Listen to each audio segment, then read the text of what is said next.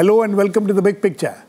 The meeting between Indian Prime Minister Narendra Modi and Pakistan Prime Minister Nawaz Sharif at Ufa in Russia today marks the revival of talks between the two after a tumultuous year.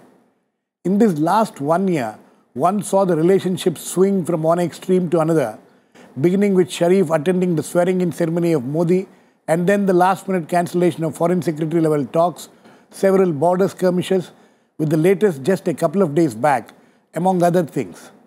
Soldiers on both sides of the border lost their lives in the meanwhile. The meeting coming under the aegis of Russia, which was hosting the BRICS and Shanghai Cooperation Organization meetings, and both India and Pakistan being inducted into the SCO, is also significant.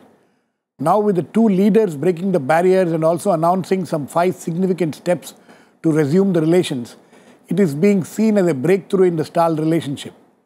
We will discuss today what this meeting and the agreement means and where the relations are heading, especially in the context of the Indian Prime Minister accepting to visit Pakistan next year for the SAARC meeting.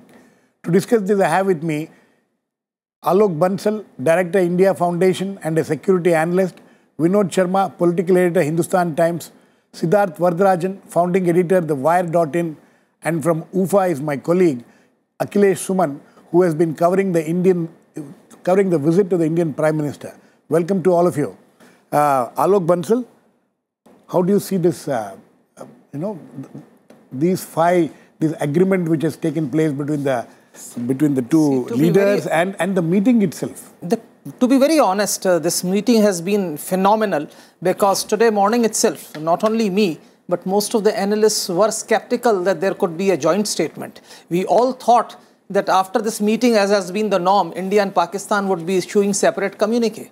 But when we saw the two foreign secretaries come together and issue a joint statement, it was definitely a big thing. And when we heard the statement, it was even more significant. Pakistan denouncing terrorism in all its forms, not talking of Kashmir, willing to talk on all issues, and then giving military diplomacy, because at this point of time, Nawaz Sharif is extremely weak and vulnerable as far as domestically Pakistan is concerned. The fact that NSAs would be negotiating, DGMOs would be talking, and Director General Border Security Force would be talking to Pakistan Rangers Director General, should be able to control, if not eliminate completely, the violence on the border and line of control. And the humanitarian gesture of releasing all the fishermen within 15 days is again a very, very significant move. And then, of course, from India's point of view, the other two issues, that is of encouraging religious tourism, which encourages people-to-people contact, because large number of Indians visit Pakistan to Nankana Sahib, Panja Sahib, Hingal Raj, Dev Mata, and then Katas Raj.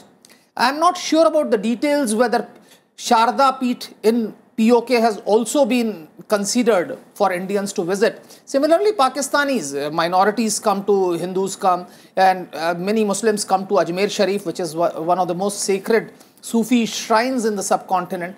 So this would enhance people-to-people contact, which India has been wanting for a very long period. And coming to, of course, the most sensitive issue, that is the Mumbai trial, I think very significant that Pakistan has agreed to expedite Mumbai trial and give voice samples. Now, this would inform the international community. This will give us an irrefutable evidence as far as the involvement of people like Lakhvi and others into this particular act is concerned. And from all understandings, I think this has been a phenomenal success. Siddharth, would you agree with Alok Bansal on this, that this is a major success, the meeting between the two leaders, the agreement which have come upon? Well, you see, I don't think it should be judged as a success for one side at the expense of the other. I think that both Prime Minister Modi and Prime Minister Nawaz Sharif have shown some statesmanship, some agility, some courage in trying to find a way to move the process forward. This means that both Modi and Nawaz Sharif have had to abandon certain earlier stands or positions they took. And, so it's a welcome development. It's a positive development. And I think both Prime Ministers, there is enough in the joint statement for both Prime Ministers to tell their respective audiences that I've come back with something concrete. We should be wary about exaggerating the significance of the statement. This is not the first time that Pakistan has acknowledged the common fight against terrorism in all forms. That's nothing new about that at all. But it's a positive thing that the two NSAs are going to meet and talk about terrorism and all related issues. The 2611, I'm not sure how this voice samples issue will work, because there is no trial happening in India anymore. Kasab has been hanged and finished. So I'm not sure exactly what is meant by the voice samples coming or going. But I think on the whole, insofar as India and Pakistan were not talking, and in the absence of a dialogue, you had very sharp, vitriolic exchange of words between both sides. That will now come to an end. I think this is a very, very positive development. Okay. Vinod, these vitriolic words being exchanged and things like that, it happened a couple of days back also when the defense minister came out with some statements, quite bravado statements coming out. So all those things you think will now end, and you think that the relationship, the dialogue process has begun? Starting of the dialogue is very welcome, you see, and hopefully this will lend some wisdom to the no dialogue lobby, which was getting increasingly strong and louder and shrill, and was creating a climate where dialogue didn't seem possible. You see, there's a sense of deja vu that I have when I see this statement, because remember that similar belligerence was demonstrated even when Vajpayee was Prime Minister. In 2001, consequent to the Parliament attack, he had said Arya Par ki ladai, and then we had deployed 500,000 troops on the borders with Pakistan, and those troops returned after we having spent a fortune on their deployment without even firing a single shot. You see, this is, I think that it's good that Prime Minister Modi has realized rather early in his tenure that coercive diplomacy has limited value, that there is no substitute for dialogue. And if this dialogue was not happening bilaterally between India and Pakistan, there was also a very serious danger of bilateralism getting a bad name from the Indian standpoint and giving handle to the hawks in Pakistan to hark on that same old formulations of, plebiscite and referendum in Kashmir. The centerpiece, according to me, I agree with Siddharth that I'm not very certain about the voice samples, because the courts there have held that voice samples needn't be given, So they'll have to, do something at the level of the judiciary there. But let's see how it works out. But the centerpiece of the formulations that have been put forth by the two sides today is the talks between the DGs of BSF and Pakistan Rangers and the DGMOs. Now, you see what was happening for the past many years, that the kind of violence that we used to see on the LOC, and and this was politically exploited by the BJP rather mercilessly to promote its religio-military nationalism, which reached dividends in the electorally. Now, this was continuing, and nobody was willing to stand up and say, look, this is not a terrain where people go and do bhajans and Anup Jalota bhajans and all. It's a very punishing terrain, and excesses are committed by both sides. If there is fire from that side, fire is returned. And, the new government, for whatever reasons, I thought were not very wise reasons, for the first time they said, we have given orders to the security forces for the first time to return fire on the LOC. But today, I was there in another program where General Malik was there, and he said that Prime Minister Manmohan Singh told us to return the fire wherever we felt the need. So it was, what you see is government in continuum. And may I tell you now that when Prime Minister Manmohan Singh met former Prime Minister Manmohan Singh, met Prime Minister Modi in the early part of June, Pakistan had come up for discussion insofar as my knowledge goes, and the former Prime Minister had advised the the current Prime Minister to not to keep the channels of communication open, even if the state of play in bilateral relationship was not all that good or encouraging. And Prime Minister Modi had agreed to that, according to my information. Today's meeting is a... So I think that the value of dialogue has been established once again, regardless of how complex the relationship is. It has to be resolved. It is a complex relationship, but Alok Bansal, why do you think, first of all, why do you think this meeting took place at all? What were the imperatives or compulsions for it? Before that, I just want to make a statement. I tend to agree with Vinod that there's no substitute for dialogue, and dialogue is always desirable. But I do not agree with him that coercive diplomacy has no role. In fact, even during let me make it very clear. Even during Parakram, it yielded. When the troops were mobilized, initially Pakistan yielded, but I think we continued for too long, which was not required. But even now, the operations along Myanmar, along Manipur and Nagaland borders have created an influence. And why these talks took place, it actually emanates from there. The first point is that at this point of time, Nawaz Sharif is extremely vulnerable and weak. The way his defense minister made a statement before he came up for talks, and people denied linkages even between Jamaat-ud-Dawa and LET, which is actually well known to any individual in Pakistan, showed how vulnerable and weak Nawaz Sharif had become. Knowing that his Prime Minister is going to discuss with Indian Prime Minister, or Defense Minister makes a statement about. Having said that, this sort of a statement coming out now after meeting them, that shows that there is some amount of tacit understanding and concurrence from the GHQ. Now, this is very significant. Why I find that this statement is different from the previous statements? Because similar statements have also come whenever the two Prime Ministers have met. But earlier, possibly, it was a political decision. But at this point of time, Nawaz Sharif is in no position of taking a decision without actually the concurrence of GHQ. So at this point of time, this statement coming shows that General Raheel Sharif has concurred.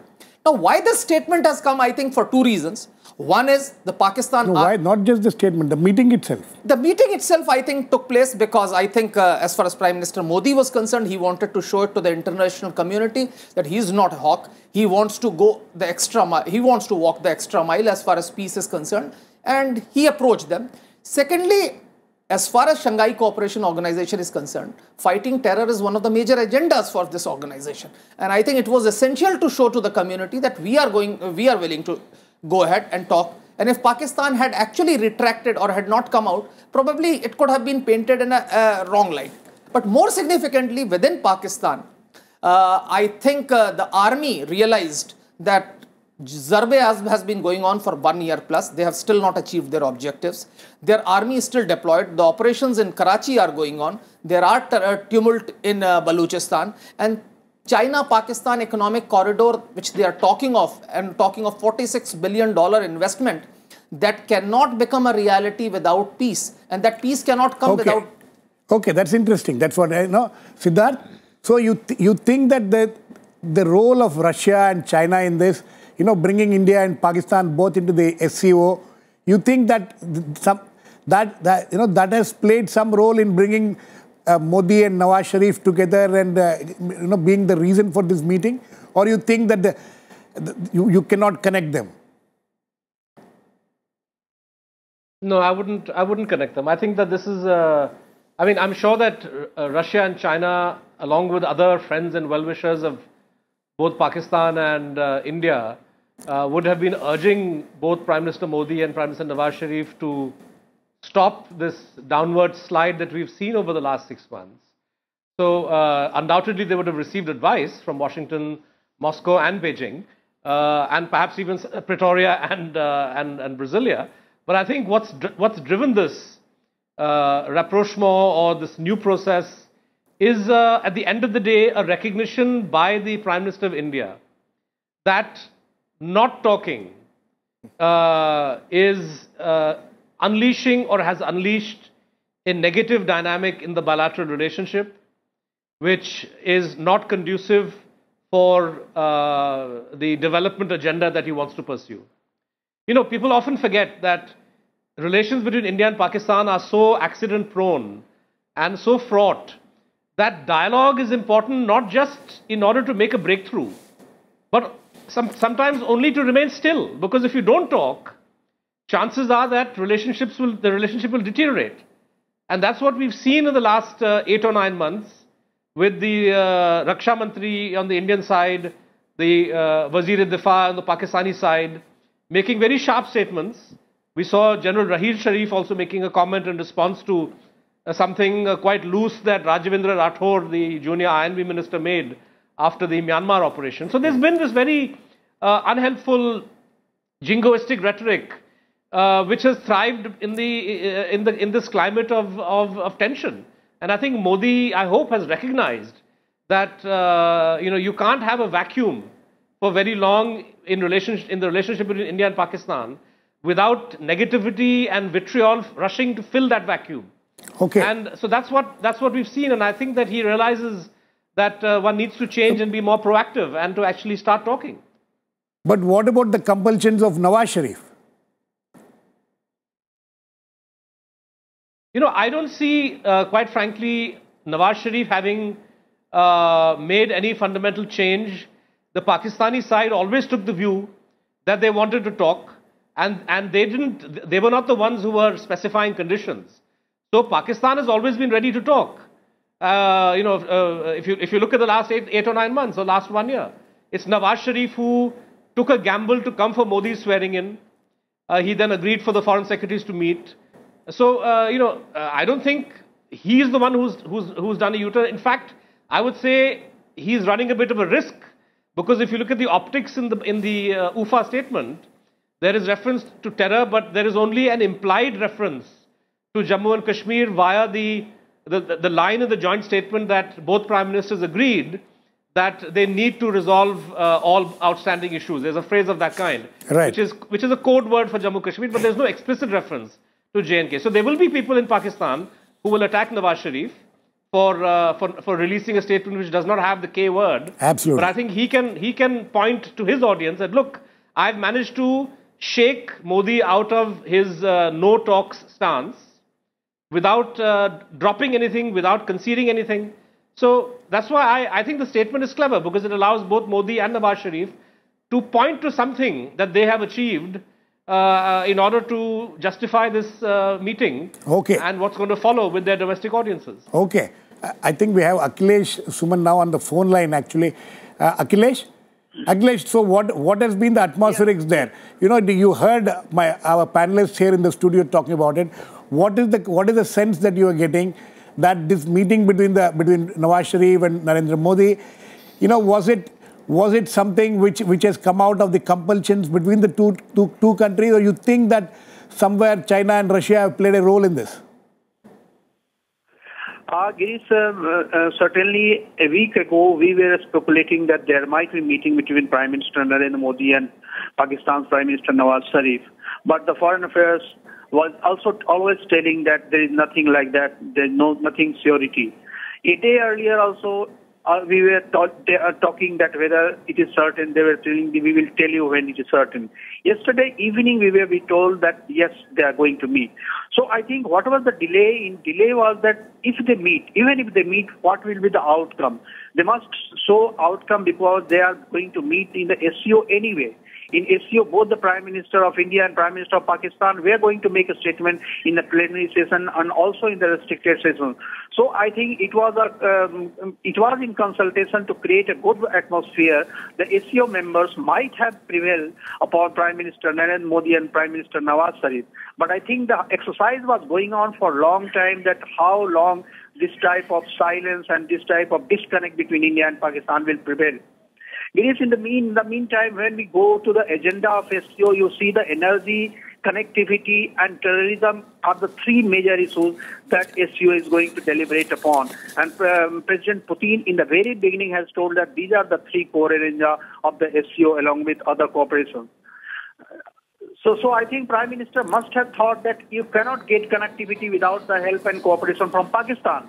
And I think this has revealed upon the good offices of Prime Minister and Foreign Affairs that they have come to the conclusion and a joint statement, because it was also surprising for us that some of the television channels, we were on the Pakistani side, some of were in the Indian side, and both were communicating with each other whether someone is going to tell. But it was a surprise that both the foreign secretaries came together in the place where Indian media was to be addressed. Okay. address, and it was really a good surprise to hear from them that they are... Akhilesh, okay, Akhilesh, stay on. I'll come back to you. Vinod, isn't that interesting? In the atmospherics there on the spot?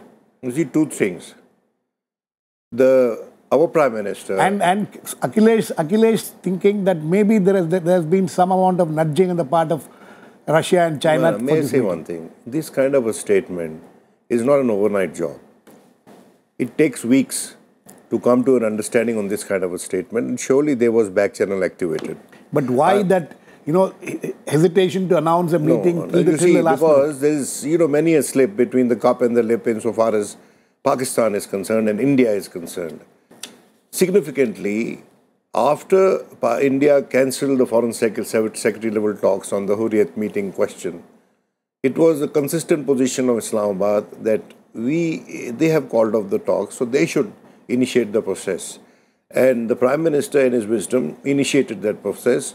He made a couple of phone calls as well, and one was as early as in the beginning of the Ramzan period. So, some effort was made to make the atmosphere less tense. And then India offered talks, and it was very evident from the optics that our Prime Minister was waiting, had already reached the venue of talks, and then Nawaz Sharif walks in. So surely this happens when you are the host, and the other side has been invited. That is one. The other point is that I personally feel, and I have been following the developments in Pakistan with regard to their thrust on the Western Front, and some of the biggest skeptics on Pakistan, on army and its role historically in that country, are now saying that Raheel Sharif is doing a fine job in taking on the people and the groups the political class in Pakistan was wary of taking on. And this whole China entry into, this was going on for long, the economic corridor, has given a new impetus to and hope to the people who are worried about the economy there. I may like to inform my friend that Nawaz Sharif is not vulnerable in relative terms as he used to be until 6 or 8 months back, when there was a huge dharna by Tehreek-e-Pakistan, this Imran Khan, and by Tahirul Qadri. He's weathered that storm. And on the question of the aggression against the groups active on the western border, and on the question of making tenuous movements for dialogue with India, they are on the same page. It cannot be that they are not on the same page, and this statement has happened.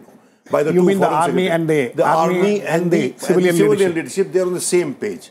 It suits the army there as well. You see, they can't be opening 20 fronts, myriad fronts at the same time. They want to keep the eastern border quiet, which suits us as well. Because if we, as Siddharth was saying, if we have to really push our economy to the heights that we are desiring, then we need a tranquil neighborhood. Absolutely. And that is where the centerpiece of this statement is the DGMO dialogue, is the dialogue between the forces that guard the borders more often than the army does. And this perhaps is the only hope. But may I tell you one thing? Prime Minister Modi himself has taken a huge political risk. And he'll have to do a lot of explaining to the opposition and to his own party people on his return to India. Already the opposition have started, criticizing this whole thing. Alok, what is the next step from this? You think that this will pave the way for resumption of a comprehensive dialogue? See, it could set a time frame for the resumption of dialogue, which is already starting. But what is important is, from India's point of view, that you need to create stakeholders in Pakistan. And I disagree with Vinod on this issue that Nawaz Sharif has strengthened. He was weakened 6-7 months back. He's not as strong as he was 2 years back or 1 year back.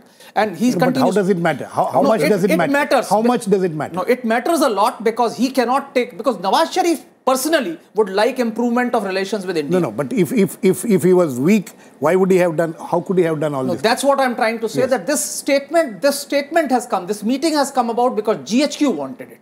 Now, GHQ at this point wanted that India and Pakistan should get together. So your contention is that he's a puppet of the GHQ still, and he will continue to believe. No, absolutely. You see, it's not proper. When you are engaging bilaterally, and Mr. Bansal would know, when you are engaging bilaterally with a sovereign country, it is not proper for anybody to call the Prime Minister a puppet. The point is that there are dual powers of centers of power in Pakistan. We all know it.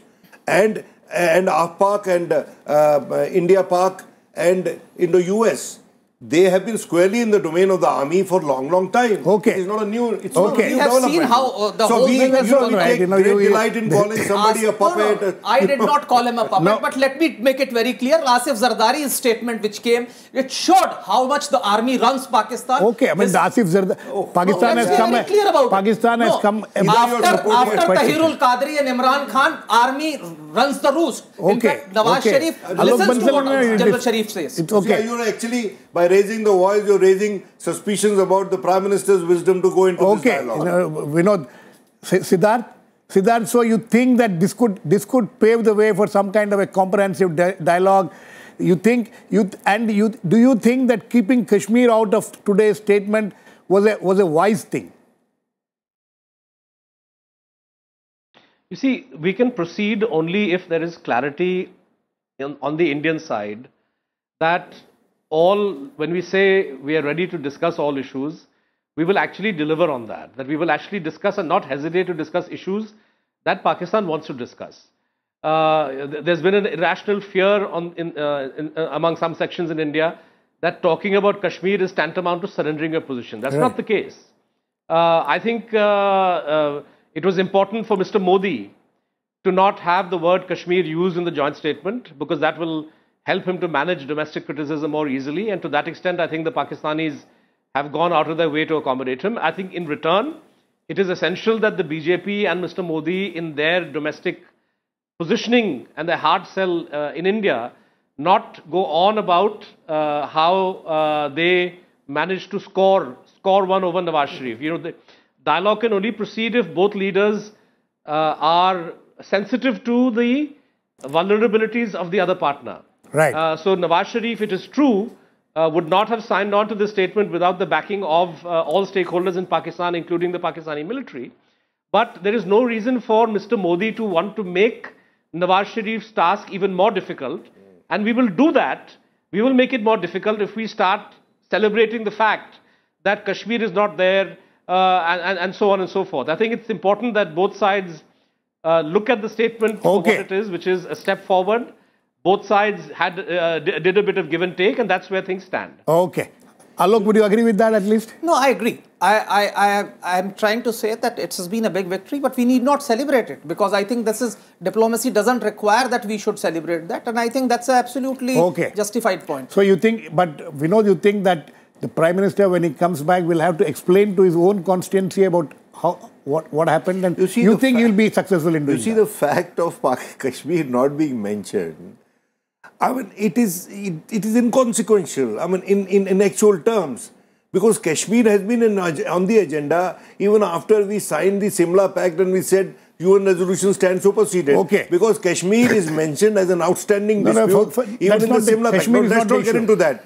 You see, to call this a victory, it is a victory of both countries. It's a victory of peace. I think on that note, we need to. It's a victory for both countries, a victory for peace, and both nations should not become too excited and allow each other to take this peace forward. So we hope that will happen. Thanks to all my guests. Please keep watching. We'll come back with another issue in the big picture same time on Monday. Meanwhile, have a great weekend.